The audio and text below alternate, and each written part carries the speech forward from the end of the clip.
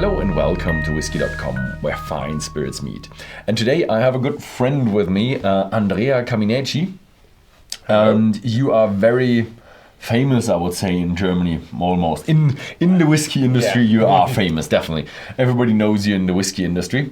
And you've been working in this industry for 23 years as a trader, as an ambassador. You've been to Scotland 60 times or something around there. Maybe. And you are, keeper of the Quaich. Yeah. So, thank you very much for having us, for being here. Very nice to be here. Yeah. Another time. I've been with Andrea. I think one of my first more or less official trips to Scotland was with Andrea. I think where have we been? We at Edinburgh, Deanston, Scottish Liquor Centre this time, which is now Morrison. Yeah, I think these were kind of my first videos that I unofficially did, and I think they are on the channel. I'm not quite sure if they are on the English channel or not. But yeah, they are there, and they are really old and really bad. Without beard, both of us. Yeah. I think I was not in front of the camera back then. No. Yeah. Okay. So, but today we're talking about not a Scotch. No. Going to England. So what is it? It's a whiskey called Flagship from distillery Spirit of Yorkshire, Filey Bay single malt. To be honest, when I got the first offer, hey, don't you want to import English whiskey, I was a bit, okay, in Yorkshire they have dogs, which are not really dogs. They have a pudding, which is not really a pudding in German understanding. And oh no, they say they do whiskey.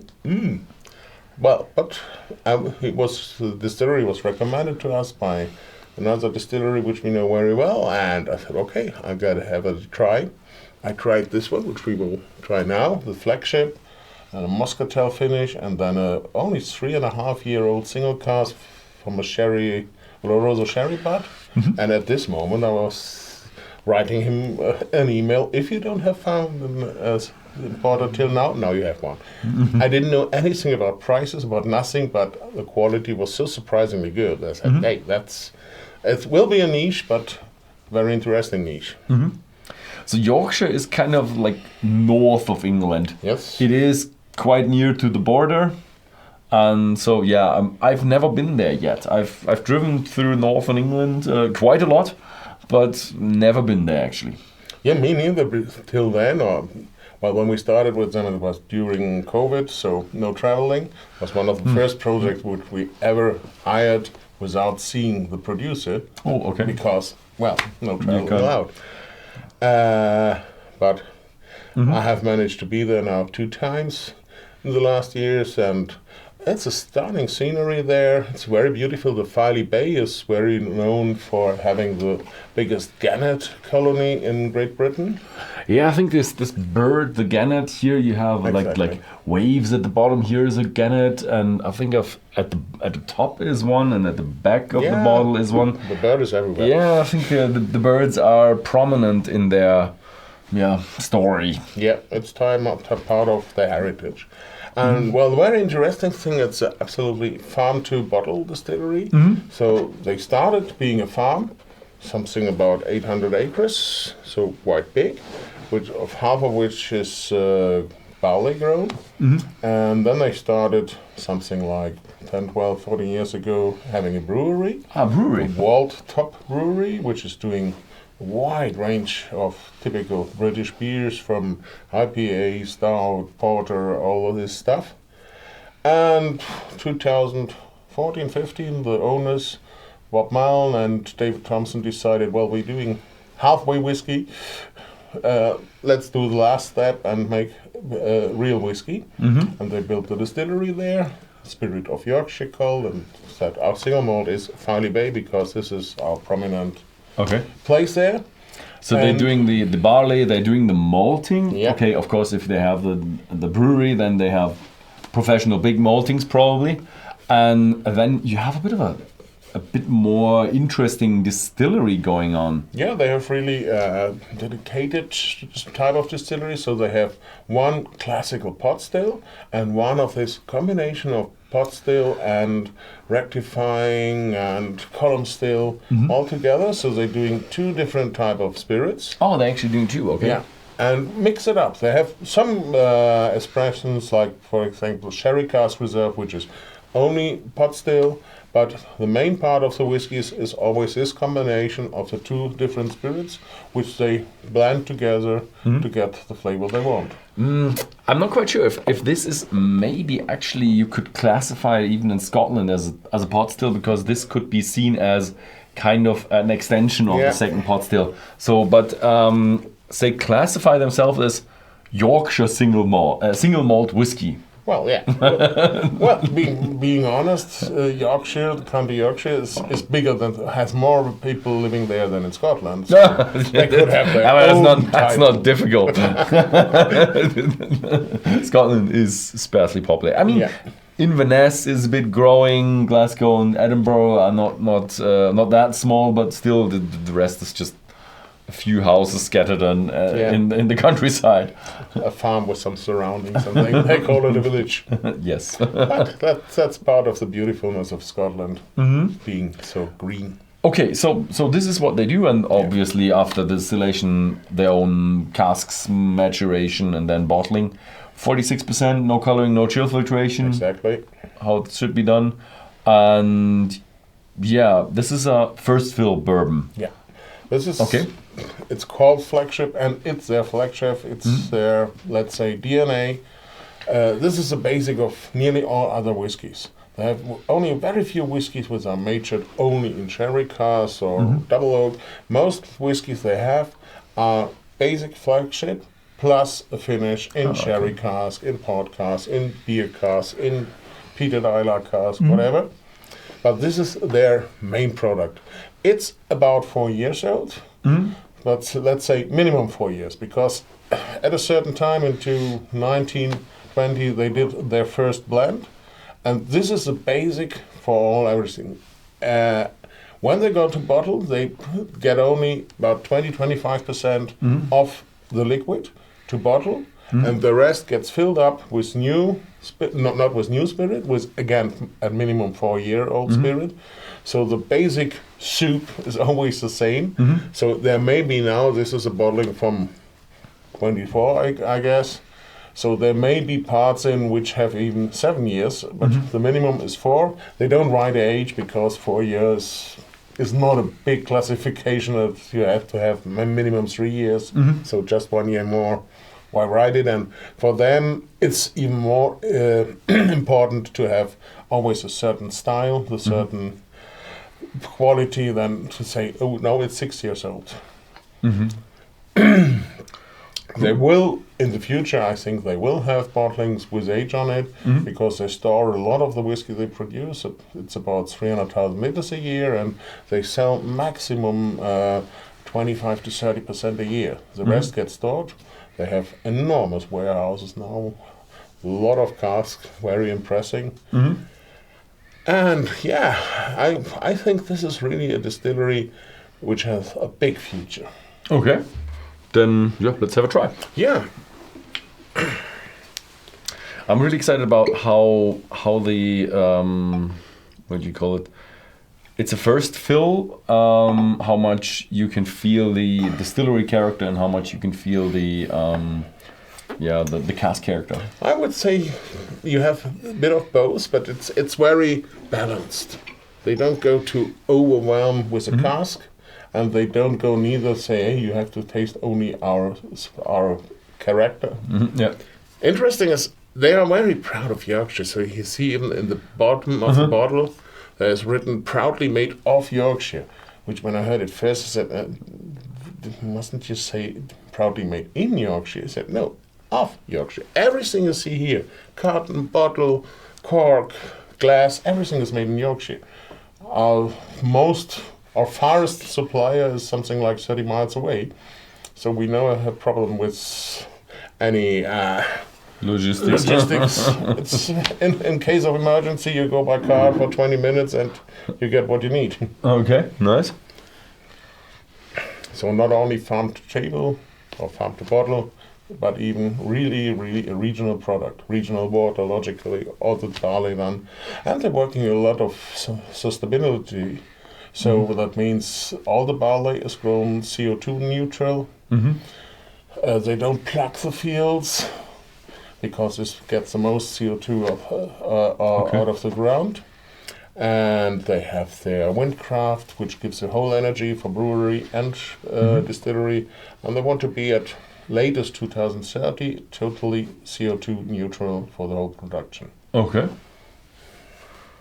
Then So, let's have a smell.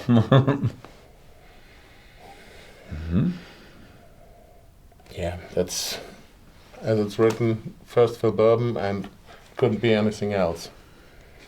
You have suddenly this caramel and vanilla aromas, the exotic fruits like ananas, a bit of coconut, fresh ananas, not this ananas juice from a tin. It's pineapple. Yeah, pineapple. Pineapple. Yeah, you do have a pineapple taste there, and it's very nice. You do have the caramel, you do have the vanilla, but you do have a lot of tropical and fresh fruitiness, I would say. Yeah. Pineapple is a bit sticking out, definitely. It's not one of these pineapple that is already very ripe, but more of a fresh pineapple. Yeah, maybe a little bit unripe, but fresh pineapple with a bit of tropical fruit. I don't know, not the watermelon. The what's the other one? The not red one. The like orange one inside. Is it sugar melon? You have the honey. You have the water, and the other one is sugar. Guadeloupe, yes, Guadeloupe melon. That has a bit of a taste in there for me. Yeah, but it's nice. So it's especially nice for such a young distillery. You do smell, it's a bit of a younger one. It's not like reeking of oak and heavy and spicy. It's a fresh one. It's a light one. It's a creamy one. It's a tropical one. Yeah, just as you want your fresh ones to be good. They had a very good teacher. They were consulted by Dr. Jim Swan, who consulted, well, let's say everybody who was important in the last 20 years. Cavallan, Penderyn, Kilchoman, Milk and Honey, Speyside Distillery. I could go on for a while.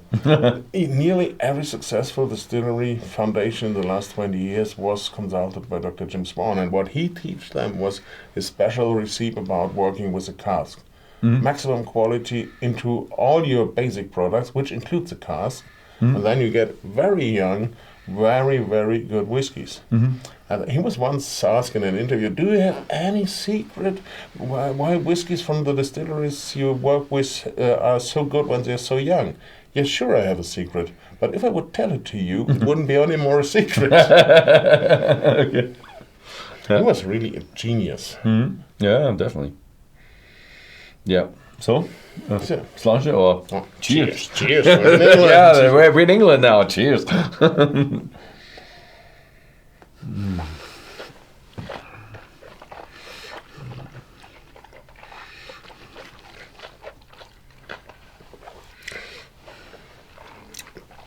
And here's the answer to your question about cask and distillation. You feel the spirit, the very fruity spirit of Filey Bay, and it's, let's say, combined. It's not overwhelmed by the cask. You still feel the distillery character, this quiet fruitiness. Then you get a bit of vanilla, not as much in the as in the nose. A certain sweetness which comes from the bourbon barrel. But it's a very, very harmonious combination of spirit and cask. I like it. What I like about it is it has a medium intensity. It's not one of these very light, just feel our character of the distillery, but it's not one of these you overload it with like a virgin oak cask or like too heavy first fill cask.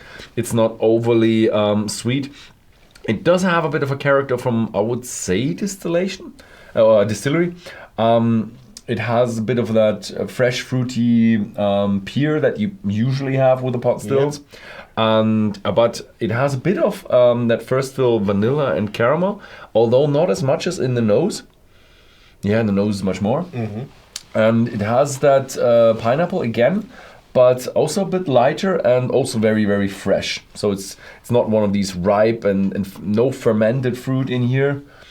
More of a fresh fruity character. But I like it. It's really good for, let's say, a 7-year-old distillery. It's a very good product, and I would really like to see where they are in, let's say, 5 or 8 years. Yeah, they're getting a very good way. I've tasted some casks now, which are already 6, 7, and development is great. Now, and that's the thing what is very important for them, to say the cask has to be an extension to the spirit, not a killer to the spirit. If you have especially some of these new style cherry cask finish or maturations, where I sometimes say, oh, I'm pretty sure about which bodega the sherry comes from, but I don't have any idea where the whiskey is coming from. Okay.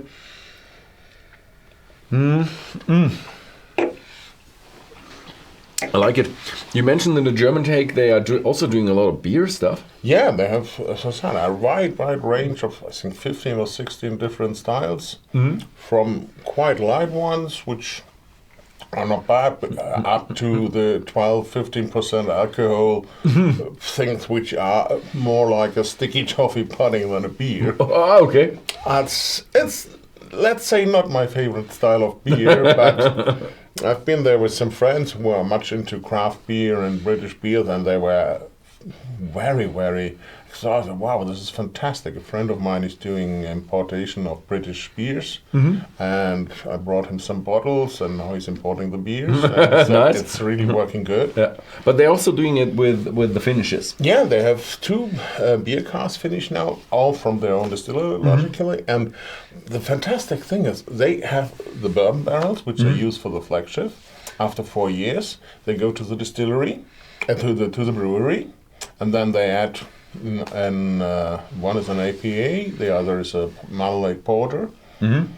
Let it mature the beer in the whiskey cask for something like 3-4 months, and then the beer is filled as a whiskey cask finished beer. Okay, nice. Which is even quite nice. Okay. And then the cask, filled with the aromatic of the beer, go back to the distillery, get filled up again with flagship, with a 4-year-old flagship, mature there for another half a year maximum. And then they have their IPA finish, and now newest addition is the Marmalade Porter finish. And even there, who am not a fan of craft beer, I like the whiskies finished in these casks because they have a certain touch. Yeah. We have some other whiskies finished in whatever imperial stout cask where you smell and taste the beer, and another beer, and maybe after this there might be a little bit whiskey, but then I'm out. Yeah, the stout is a bit hefty. I do like the stout more than I do like a very hopsy IPA. I do like, there are IPAs out there who are really, really fruity. Yeah, I do like these IPAs sometimes in the year, like a hefty hopsy IPA. Just give me like a half one or a small one, and I'll take one a year, and that is okay. But the very fruity light IPAs, I really do like. And when you have a hopsy IPA, it's just a nuance or just a side note in the whiskey, and that's what I love about really the finishes. That you have a bit more side note to it to explore, but it's still a whiskey. Yeah. And that is a beauty, except if you use the stout cask, and that gets then sometimes it becomes more of a stout than a whiskey. Yeah, I must confess, I'm grown up near Cologne, so I much more prefer the light beer they do there. Or even here in Bavaria, you have this Helles, Chiemsee Helles. This is one beer that I find even in Cologne, and I don't drink much beer at home, but when I buy some, it's or Chiemsee Hell. Or Moretti from Italia. That's such a cask a year. Yeah. I think with beer, I'm not that great of a beer guy, but I just sometimes the bitterness of a Pils or something. Yeah. Oh, it's just too much for me. Yeah. Same for me. But I do admire the beer industry because when you think about the Scotch industry or the whiskey industry, you think about bourbon, Irish, column still, wheat whiskey, corn whiskey, the single malt Scotch whiskey and everything, and so much variety, casks and what you can do with it, everything, terroir and stuff. And when you look into the beer industry, they do have like their blend or their bulk, but they also do have so much variety and so much to do, and so much old recipes, as you mentioned, the what was it, porter and the IPA and all that. It's a very interesting industry, but it's just not my cup of beer. Okay, so thank you very much, and we will continue. There will be, I think, 3 more videos with Andrea, so stay tuned. And if you are interested in the Filey Bay Flagship, have a look at Whisky.com if you come from the Netherlands or Belgium, and you will find this whiskey in our shop. And thank you very much for watching, and see you next time. Bye-bye.